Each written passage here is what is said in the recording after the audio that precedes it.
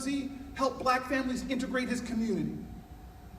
And this is what he said to me. He goes, I was sitting down on my couch on a Sunday watching TV. And in fact, most of the nation, it was only 3.5 channels back then. Some of you all remember those times. Most of the nation was watching this movie called Judgment at Nuremberg about the Holocaust.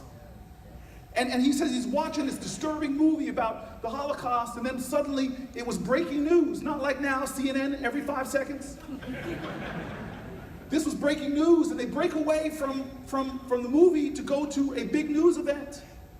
And the news event was the Edmund Pettus Bridge. They break away to Alabama. These marchers, 600 of them, started in Selma, tried to make it to Montgomery, and he said he watched, incredibly disturbed, as he saw these marchers confronted by Alabama state troopers. They decided to turn around, but first they were going to stop and pray. And he says he watched as they began to kneel down, but then they got gassed by those Alabama state troopers who ran in there with billy clubs. They knocked unconscious a woman named Boynton. They broke open the head of a man named Lewis.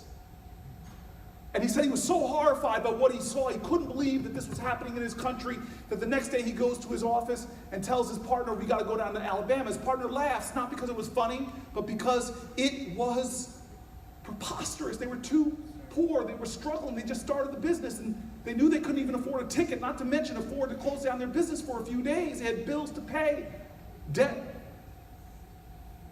And so they just sat there for a few minutes, and they decided, you know what, why don't I just do the best I can with what I have, where I am?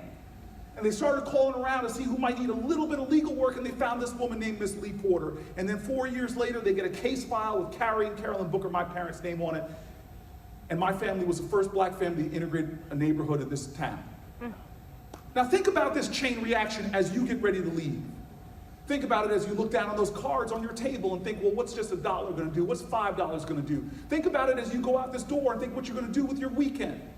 What's 1 hour volunteering here on a gubernatorial campaign to make history, and the third elected black governor in the history of this country, the first ever black woman. Think about it as you look, not just at the cards or what you're thinking about doing tomorrow. Think about it by what you post on social media. Is it hate? Is it viciousness? Is it even attacking the dignity of another person? What you say about other people says more about you than it does about them. Think about it in the small acts of kindness and decency you love, understanding that often the biggest thing you do in any day is a small act of kindness, decency, and love. Think about this. The power that you all have to transform this country, because this is what I want to leave you with. Those marchers on that bridge failed that day. They failed that day. They didn't make it to their destination, but on that moment, standing up for what was right, they didn't curl up, they didn't shut up, they didn't give up, they stood up, they rose up, they spoke up. On one day, being driven back, they released an energy into the world that instantaneously jumped 1,000 miles and changed the heart of one man on a couch in New Jersey, who would then go on and change the destiny of a generation not yet born. Woo!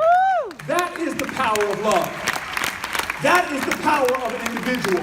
That is the story of America. We are not the great man history that people talk about. We're a history of individual Americans being dedicated to the ideals of this country and making them real in the lives of others. We are a nation that is at its best when we leave no one behind. We are a nation that is best when we understand that your justice is my justice, your pain is my pain. We got common pain. Let's find that common purpose. And I'm telling you right now, is if we as a nation, if we as a Democrat, get back to our roots and understand that we have an obligation with everyone in this country, not just people in our party, but to say to this nation, to say to people in our neighborhood, I see you, I love you, I see you, I love you. If we love like that, we will change this nation. Generations yet unborn will feel our love. Thank you.